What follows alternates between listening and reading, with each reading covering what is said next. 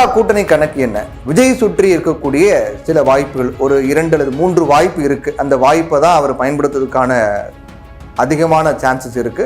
அது என்ன வாய்ப்பு, இந்த வாய்ப்பு ஏன் இப்போ பேசப்படுது அப்படிங்கிறத நம்ம பார்க்க போறோம். ஏன்னா காங்கிரஸ் அப்படின்னு வரும்போது அவங்க நிலைப்பாடு என்னங்கிறத கேள்விக்குறியா இருந்தது. ஆனால் அதுக்கு இப்போ காங்கிரஸ் திமுக கூட்டணி சார்ந்த விமர்சனங்கள் முற்றுப்புள்ளி வைக்கப்பட்டு விட்டதாக தான் இருக்கு.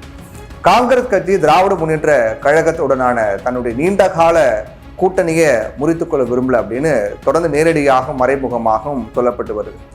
நடிகர் மற்றும் தாவேகாவுடைய தலைவருமான விஜய் ஒரு இக்கட்டான ஒரு அரசியல் சூழலை எதிர்கொண்டிருக்காரா கூட்டணி தொடர்பாக அப்படிங்கிற கேள்வியும் இப்போ வரைக்கும் முன்வைக்கப்பட்டு வருது.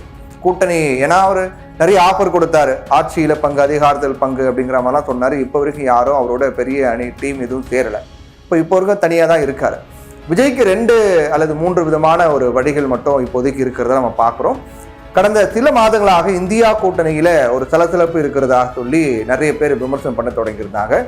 ஆனா எந்த காலத்திலையும் இந்தியா கூட்டணி யாராலும் பிரிக்க முடியாது அப்படின்னு சென்னையில் நடந்த ஒரு நூல் வெளியீட்டு விழாவில் தமிழக காங்கிரஸ் கமிட்டியினுடைய தலைவர் செல்வ பெருந்தகை பேசுறதை நம்ம பார்த்தோம். இதனால வதந்திகளுக்கு முற்றுப்புள்ளி வைக்கும் விதமாக ஒரு முக்கியமான பேச்சாக இது பார்க்கப்பட்டது. 2026 சட்டமன்ற தேர்தல் தொடர்பாக திமுகவோட பேச்சுவார்த்தை நடத்த ஒரு குழுவை 5 பேர் கொண்ட ஒரு குழுவையும் இப்போ காங்கிரஸ் அறிவிச்சிருக்காங்க, அமைச்சிருக்காங்க. அப்போ இது இது இது இன்னும் அந்த சலசலப்புக்கும் சர்ச்சைகளுக்கும் முற்றுப்புள்ளி வைக்கக்கூடிய வகையில உறுதியாக அமைக்கப்பட்டிருக்கிறது. விஜய் தலைமையிலான தமிழக வெற்றி கழகத்துடன் காங்கிரஸ் கைகோர்க்கலாம் அப்படின்ற யூகங்களுக்கு முற்றுப்புள்ளி வைப்பதே இந்த முடிவின் நோக்கமாக பார்க்கப்படுவதாக டெல்லி வட்டாரங்களும் தெரிவிக்கிறாங்க. ஏற்கனவே செல்வ பெருந்தகை சொல்லியிருந்தார், முக்கியமான அறிவிப்பு வெளியாக போகுது அப்படின்னு சொல்லியிருந்தாரு. 5 பேர் கொண்ட ஒரு குழு அமைக்கப்பட்டிருக்காங்க. திமுகவோட தொகுதி பங்கீடு குறித்து பேசுவதற்காக 5 பேர் கொண்ட குழு அமைக்கப்பட்டிருக்கிறது. இதனால திமுக காங்கிரஸ் கூட்டணி உறுதியா இருக்கு அப்படிங்கிறது கன்ஃபார்ம் ஆயிருக்கு.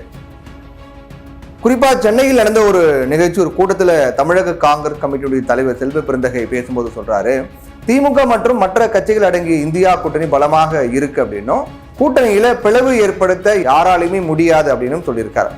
கடந்த 2 மாதங்களாக சில சலசலப்புகள் இருந்துச்சு. கூட்டணியினுடைய எதிர்காலம் என்ன, அது எந்த திசையில செல்லும், இது போன்ற யூகங்களை பயன்படுத்தி பலரும் ஆதாயம் தேட முயன்றாங்க.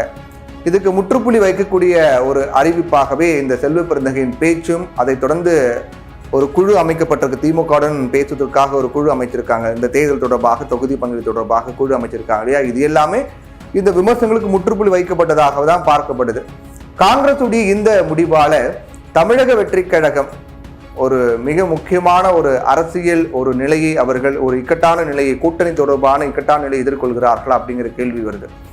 விஜய்க்கு இருக்கக்கூடிய சில வாய்ப்புகள் அப்படின்னு பார்த்தோன்னா, ஒன்று அவர் என்ன பண்ணணும், கூட்டணி தொடர்பாக பார்க்கும்போது அதிமுக பாஜகவுடனான கூட்டணியில சேரலாம் ஒரு வாய்ப்பு. அப்படி இல்லைன்னா 2026 தமிழ்நாடு சட்டமன்ற தேர்தல் தனித்து போட்டியிடலாம் அப்படின்னு ஒரு வாய்ப்பு. இன்னொரு வாய்ப்பு என்ன இருக்கும் அப்படின்னு பார்த்தா, ஒரு விஜய் தலைமை ஏற்றுக்கொண்டு சில முக்கியமான ஒரு டீம், இப்போ அதிமுக அதிருப்தி அடைந்த அணிகளா இருக்காங்க, தினகரன் இருக்காரு, தேமுதிக இருக்காங்க, பாமக இருக்காங்க, இவங்க எல்லாருமே விஜயனுடைய தலைமை ஏற்றுக்கொண்டு ஒரு அணி உருவாக்கலாம், ஒரு டீம் ஃபார்ம் பண்ணலாம், அதுக்கு வாய்ப்பு இருக்கு. இல்லைன்னு முழுமையாக சொல்ல முடியாது. அப்போ இது போன்ற ஒரு 2-3 வாய்ப்புகள் மட்டும்தான் இருக்கு.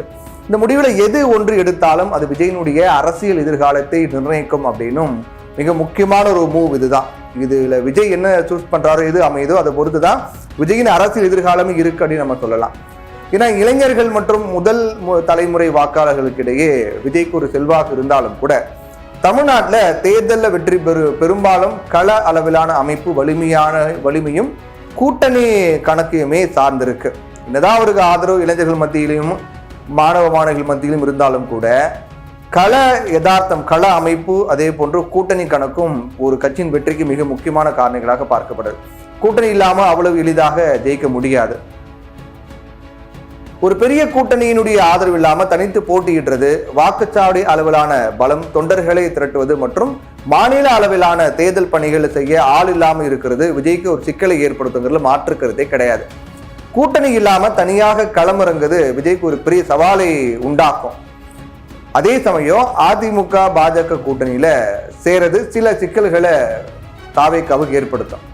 பாரம்பரிய திராவிட அரசியலிருந்து தேசிய அரசியலில் இருந்தும் தான் ஒரு தனித்து வேறுபட்ட அரசியல் செய்ய போறேன் அப்படின்னு விஜய் ஏற்கனவே சொல்லிட்டு வராரு. அப்படி சொல்லக்கூடிய நிலையில அதிமுக பாஜகவோட கூட்டணி சேருது அப்படிங்கிறது அவரை ஒரு மாற்றாக பார்க்கக்கூடிய அவரது முக்கிய ஆதரவாளர்கள ஒரு குறிப்பிட்ட ஒரு பகுதி என்ன பண்ணுவாங்க, விஜயும் வேலைக்காக மாட்டாரு, திரும்ப அங்க போயிட்டாரு அப்படின்னு ஒரு அதிருப்தி ஏற்படுத்தி விஜய்க்கு எதிராக மாறுறதுக்கான வாய்ப்புகள்லாம் இருக்கு. கட்சிக்குள்ள தொடர்ந்து விவாதங்கள்லாம் இது தொடர்பாக நடத்தப்பட்டும் சில கருத்துக்களும் சொல்லப்பட்டு வருவதாகவும் சொல்லப்படுது. எந்த ஒரு முடிவையும் எடுக்கும் முன்னாடி கட்சி தலைவர் தொகுதி வாரியான தரவுகள், வாக்காளருடைய மனநிலை மற்றும் நீண்டகால அரசியல் நிலைப்பாடு இது எல்லாமே ஆய்வு பண்ணி அதுக்கு பிறகுதான் முடிவெடுக்கணும் அப்படின்னு விஜய் கிட்ட ஒரு கோரிக்கையும் தாவேக்கால முன் வச்சிருக்காங்களா. நடுநிலை வாக்காளர்களுக்கு இடையே தன்னுடைய நம்பகத்தன்மையை பாதிக்கக்கூடிய ஒரு கூட்டணியில் அவசரமாக இணைவது சரியாக இருக்காது அப்படின்னு விஜய் ரொம்ப எச்சரிக்கையாக இந்த கூட்டணி தொடர்பாக காய்களை நகர்த்திட்டு வரதாக சொல்லப்படுது. இப்ப இருக்கக்கூடிய நிலையில விஜய் தன்னுடைய கட்சியின் அமைப்பு ரீதியான கட்டமைப்பை வலுப்படுத்துவதில் ரொம்ப கவனம் செலுத்தி வரார். உறுப்பினர் சேர்க்கை இயக்கங்கள், மாவட்ட அளவிலான கூட்டங்கள் மற்றும் கொள்கை அடிப்படையிலான பொது பிரச்சாரங்கள் இதுல மட்டுமே தீவிரம் காட்டி வராரு விஜய்.